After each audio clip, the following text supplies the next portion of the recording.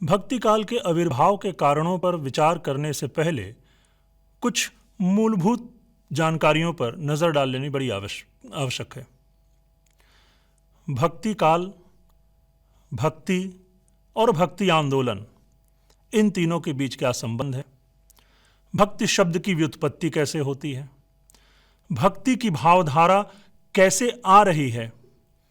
उत्तर भारत, संपूर्ण भारत में अलग अलग संप्रदायों की स्थापना कैसे हो रही है? इन सब स्थितियों पर विचार कर लेना बड़ा आवश्यक होता है।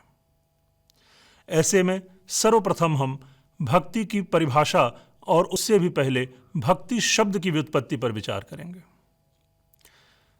संस्कृत व्याकरण के दृष्टिकोण से देखें तो भक्ति शब्द की व्युत्पत्ति भज धातु से होती है।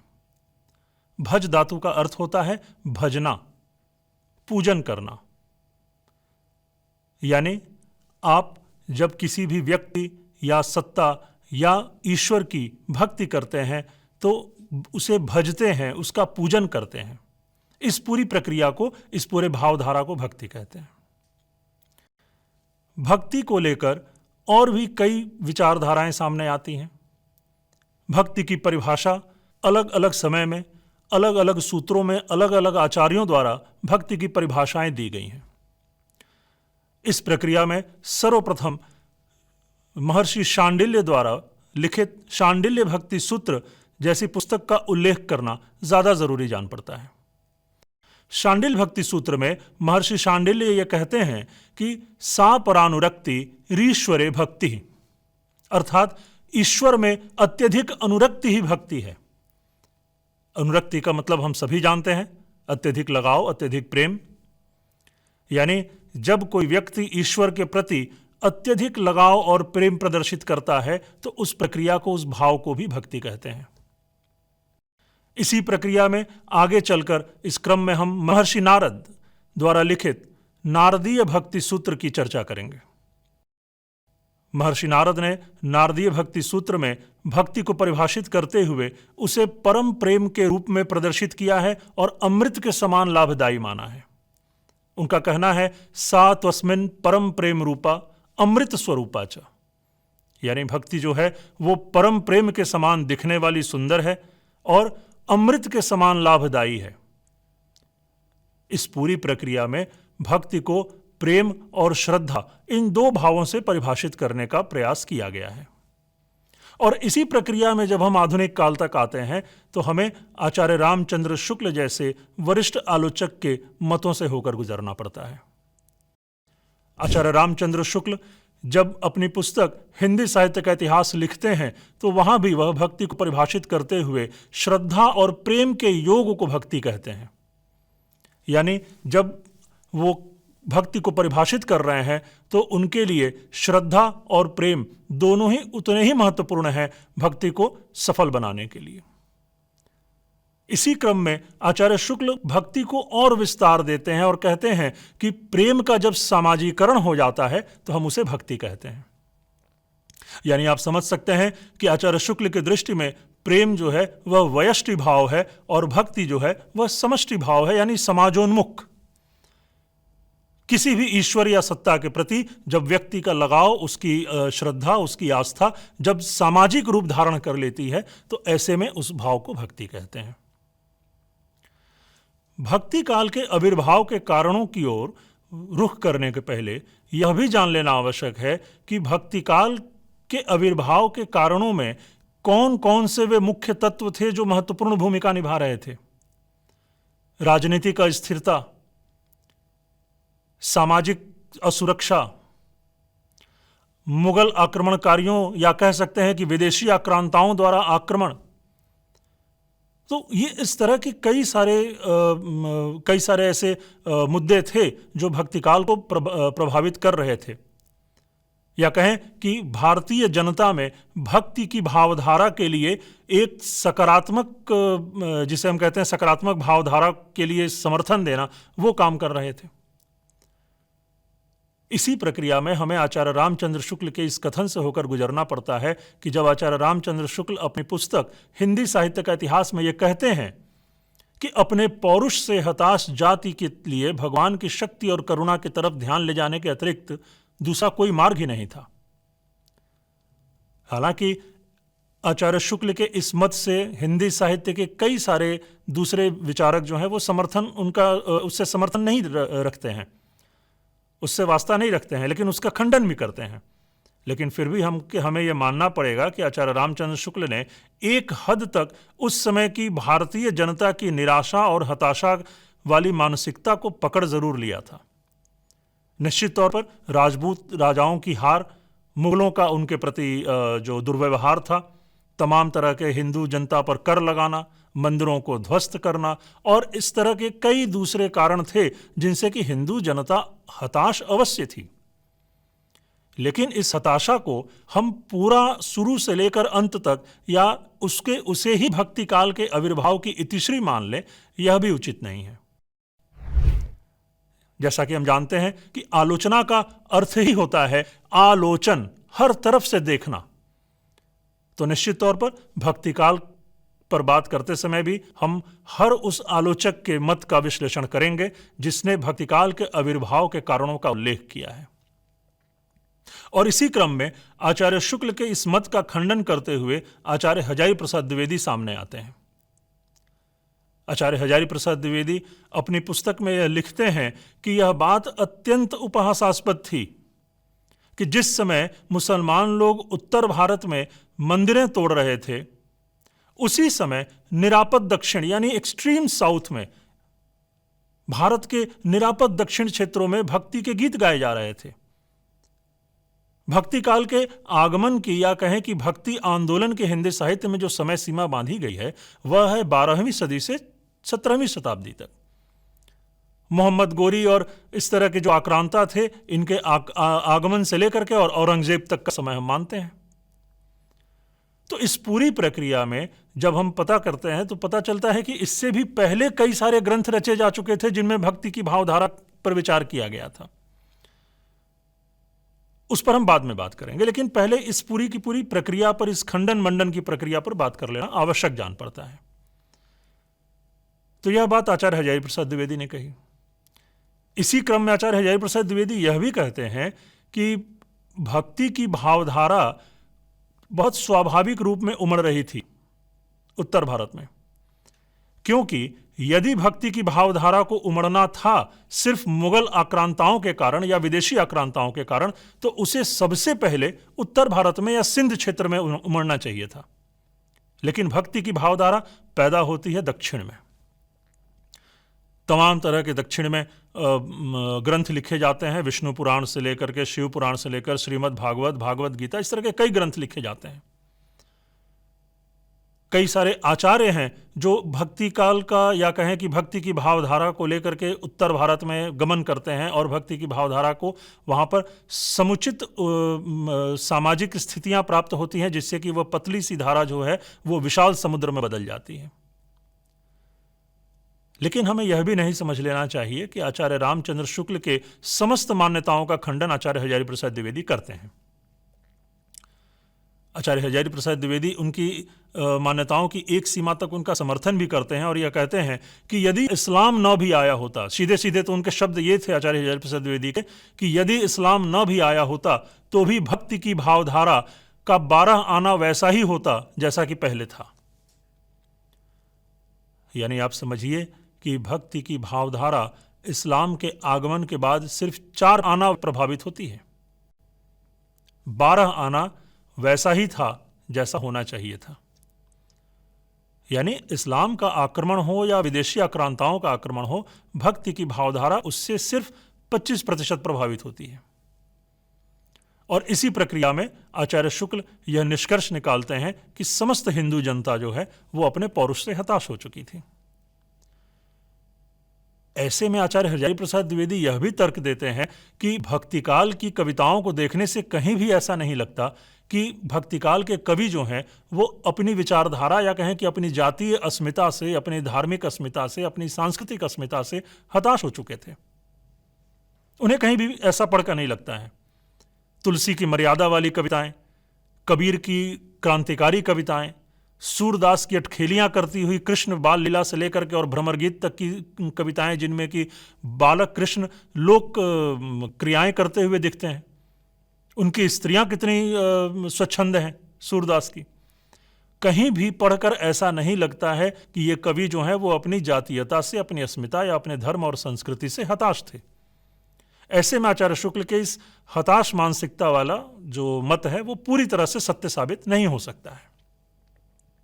बहरहाल इस प्रक्रिया में हम और आगे बढ़ते हैं, और आगे बढ़ते समय हमारा ध्यान जाता है एक विदेशी आलोचक सर जॉर्ज अब्राहम ग्रियर्सन की तरफ। सर जॉर्ज अब्राहम ग्रियर्सन ने the modern vernacular literature of Hindustan नाम की एक बहुत बड़ी पुस्तक लिखी। लेकिन सर जॉर्ज अब्राहम ग्रियर्सन भी भक्तिकाल के आगमन को लेकर के कहीं न कहीं थोड़े से विचलित दिखाई देते हैं। वो कई बार भक्ति के विचारधारा को ईसाई मत से जोड़ने का काम करते हैं। उनका मानना है कि भक्ति काल का जो कृष्ण है वह उनके ईसा का ही दूसरा रूप है। उन दोनों में बस एक मौलिक अंतर है कि ईसा जो है वह भेड़ें चराता है और भक्ति काल का या हिंदुओं का जो कृष्ण है वह गायें चराता है। लेकिन इस तरह के मत को लेकर के, या कहें कि एक तरफा मत को लेकर के, हिंदी साहित्य में उसको पूरी तरह से खारिज किया गया और कोई मान्यता प्राप्त नहीं हुई। यही सर जॉर्ज अब्राहम ग्रियर्सन आगे जाकर लिखते हैं कि भक्तिकाल जो है वह पूरी तरह से एक बिजली की कौंध की तरह है। उनका मानना है कि भक्ति काल बिजली की कौंध की तरह एक सामने आती है, एक चमक की तरह सामने आती है, और समस्त हिंदू जनता यह समझ ही नहीं पाती कि ऐसी कोई विचारधारा कहां से उपजी और इसका प्रादुर्भाव कहां से हुआ। सीधे सीधे इस मत का अर्थ यह निकलता है कि भक्तिकाल का हिंदू विचारधारा या हिंदू जनता की अस्मिता से कोई लेना देना नहीं था। हिंदू जनता यह जानती ही नहीं थी कि तुलसीदास या सूरदास या कबीरदास या मीरा तक की रचनाएं कौन लिख रहा था, कैसे लिखी जा रही थी, जबकि ऐसा नहीं था। आचार्य हजारी प्रसाद द्विवेदी ने भी इसका खंडन किया है।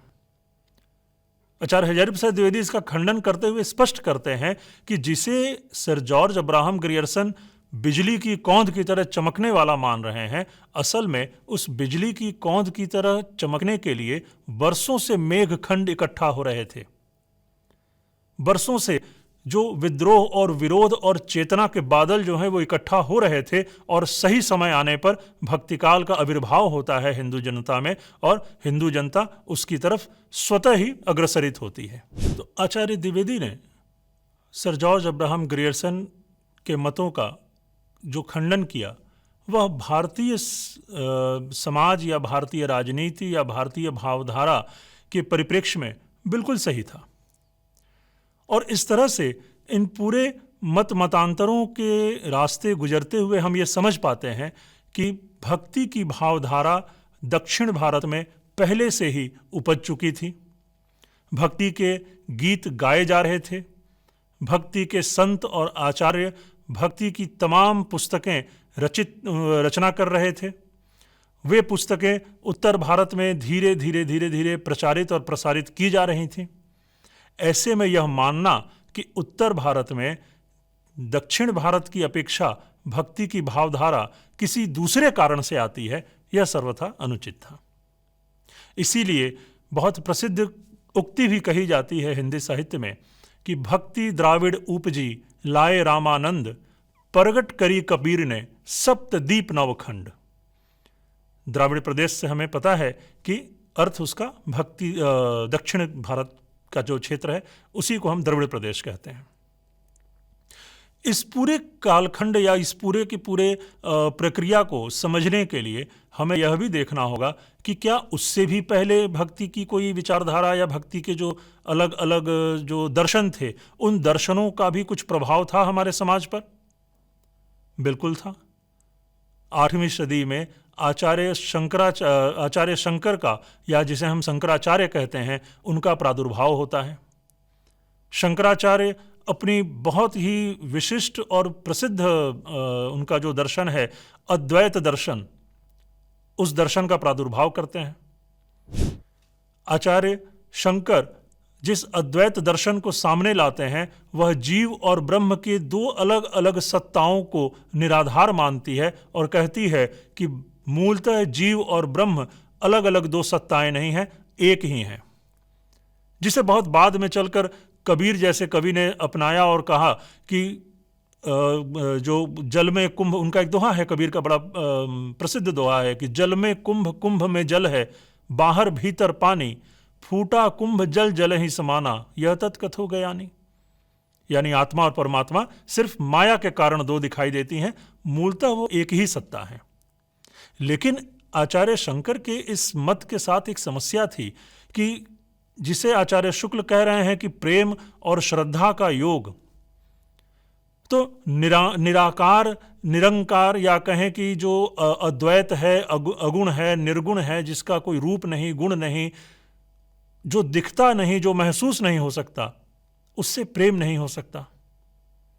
और शंकराचार्य के इस अद्वैत सिद्धांत की सबसे बड़ी खामी यही थी कि आम जनता में इस सिद्धांत को बहुत ज्यादा स्वीकार नहीं किया जा सका। लेकिन इस विचारधारा या इस दर्शन के विरुद्ध, या कहें कि इसके प्रत्युत्तर में, दक्षिण भारत में 4 बड़े आचार्यों का प्रादुर्भाव होता है। निम्बार्काचार्य, मध्वाचार्य, विष्णु स्वामी और रामानुजाचार्य। इन 4 बड़े आचार्यों का प्रादुर्भाव शंकराचार्य के अद्वैत सिद्धांत के विरोध में ही नहीं होता है, हर उस सिद्धांत के विरोध में होता है जो भक्ति की भावधारा को जनमानस से काटने का प्रत्यक्ष या परोक्ष काम कर रही थी। कोई भी ऐसी विचारधारा जो भक्ति की भावधारा को जनता से प्रत्यक्ष या परोक्ष रूप से अलग कर देती थी, जाने या अनजाने में, उसका विरोध ये विचारधाराएं किया करती थी। ऐसे में ये बड़ा आवश्यक हो जाता है कि हम इन चारों आचार्यों के दर्शन या इनके द्वारा स्थापित जो संप्रदाय हैं, इन संप्रदायों का भक्ति काल पर या भक्ति आंदोलन पर क्या प्रभाव पड़ता है, हम उस पर भी बात कर लें। बहुत संक्षेप में हम इस पर बात करें और आचार्य निम्बार्काचार्य पर हम सबसे पहले बात करते हैं। निम्बार्काचार्य मूलतः सनक संप्रदाय से जुड़े हुए थे। सनक संप्रदाय की स्थापना ब्रह्मा द्वारा मानी जाती है और वहां से सनक मुनि द्वारा उस परंपरा में होते हुए आकर वो निम्बार्काचार्य वहां जुड़ते हैं। निम्बार्काचार्य ने द्वैताद्वैत मत का प्रतिपादन किया। जैसे शंकराचार्य ने अद्वैत का प्रतिपादन किया, निम्बार्काचार्य ने द्वैताद्वैत का प्रतिपादन किया। द्वैताद्वैत का मतलब होता था कि ईश्वर और यानी ब्रह्म और जीव जो है वो अलग अलग होते हुए भी एक हैं और एक होते हुए भी अलग अलग हैं। दोनों कर्म रूप में अलग अलग हैं, अस्तित्व के रूप में एक हैं। तो इस तरह से इनके दर्शन में द्वैत भी है और अद्वैत भी है। सनक संप्रदाय की स्थापना इन्होंने की, सनक संप्रदाय से जुड़े हुए थे। और भक्ति काल पर जो इनका प्रभाव पड़ता है वह था कि इनका संप्रदाय जो था वो वैष्णव भक्ति की तरफ ध्यान देता था। और वैष्णव भक्ति की तरफ ध्यान देने के बावजूद राधा को ये अधिष्ठात्री शक्ति के रूप में मानते हैं। सूरदास जैसे कवियों पर इनका बहुत प्रभाव पड़ता है। अगले आचार्य के रूप में हम देखते हैं मध्वाचार्य को। मध्वाचार्य ने मध्व संप्रदाय की स्थापना की और मध्व संप्रदाय की स्थापना के साथ साथ वो द्वैत मत के भी प्रतिपादक बने। द्वैत मत का अर्थ सीधा सीधा होता था कि ईश्वर और जीव ये दोनों अलग अलग सत्ता हैं, दोनों अपने अपने हिसाब से इस संसार में और लौकिक और परलौकिक संसार में काम करते हैं। अपने अपने हिसाब से उनकी अलग अलग भूमिकाएं हैं, इनकी कोई एक सत्ता नहीं है। ये पूर्ण रूप से द्वैत मत है। इस प्रक्रिया में हम आगे चलते हैं और भक्तिकाल पर इनके प्रभाव पर विचार करते हैं तो पता चलता है कि भक्तिकाल में एक बहुत ही महत्वपूर्ण आंदोलन आया, हरिदासी आंदोलन, जिसमें कि समाज के दबे कुचले वंचित शोषित वर्ग के लोगों को समाज में उत्कृष्ट दर्जा दिलाने का काम किया गया। हरिदासी आंदोलन से हम सभी परिचित हैं।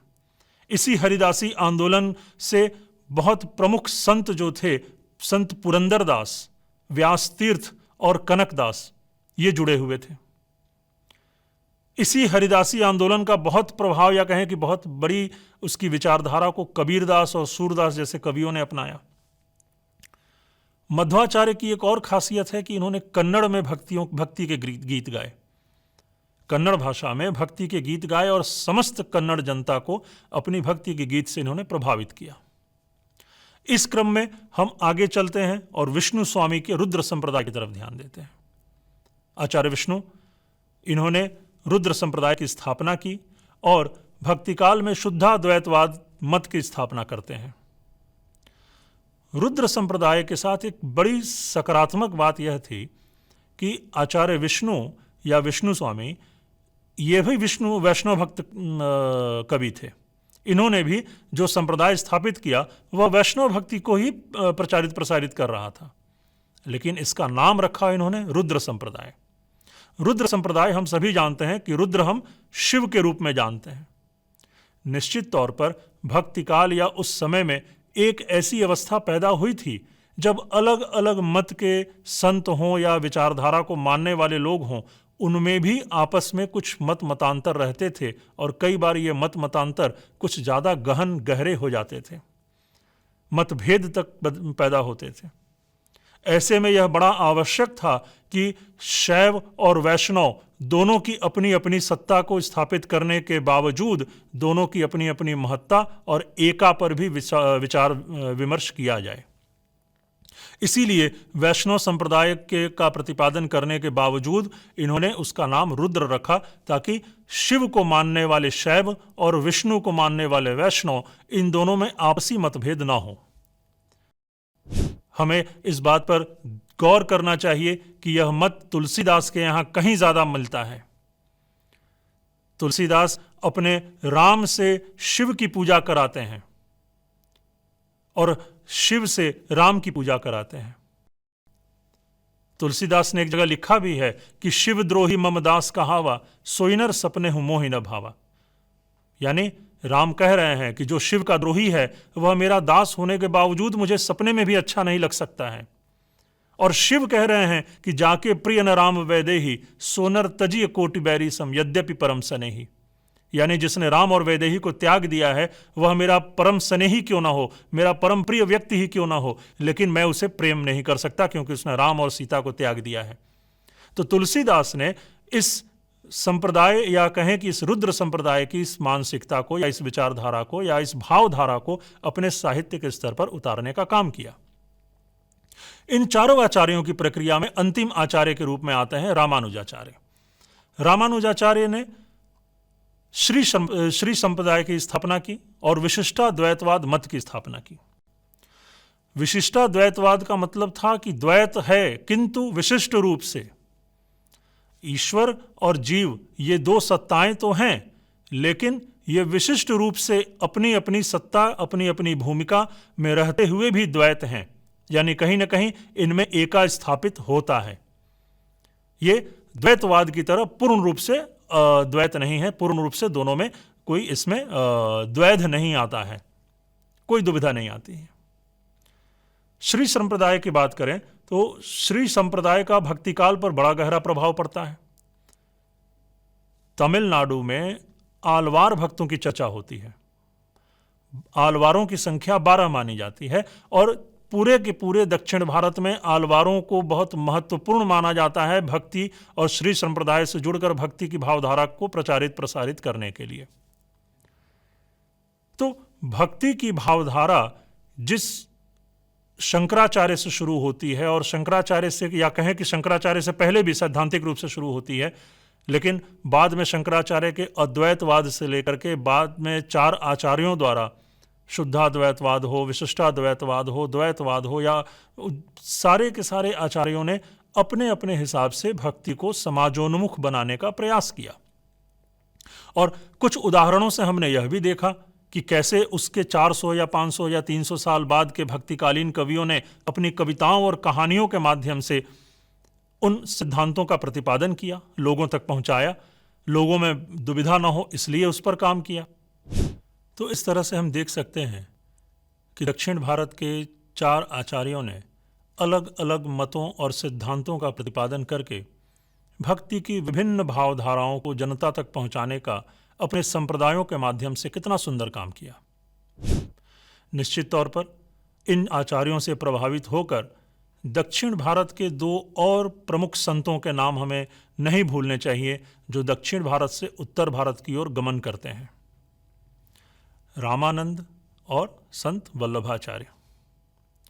संत रामानंद और वल्लभाचार्य ये दो ऐसे आचार्य हैं जिन्होंने दक्षिण भारत के समस्त आचार्य परंपराओं की ज्ञान कोश को लेकर वो उत्तर भारत में आते हैं।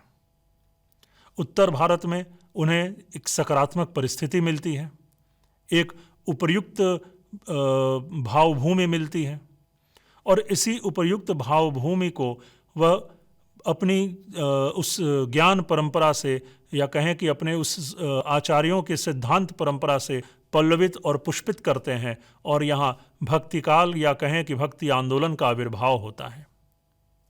इसी भक्ति आंदोलन के आविर्भाव में रामानंद ने राम नाम का जो बीज मंत्र तुलसीदास को दिया, वही बीज मंत्र आगे चलकर कबीरदास को भी मिलता है।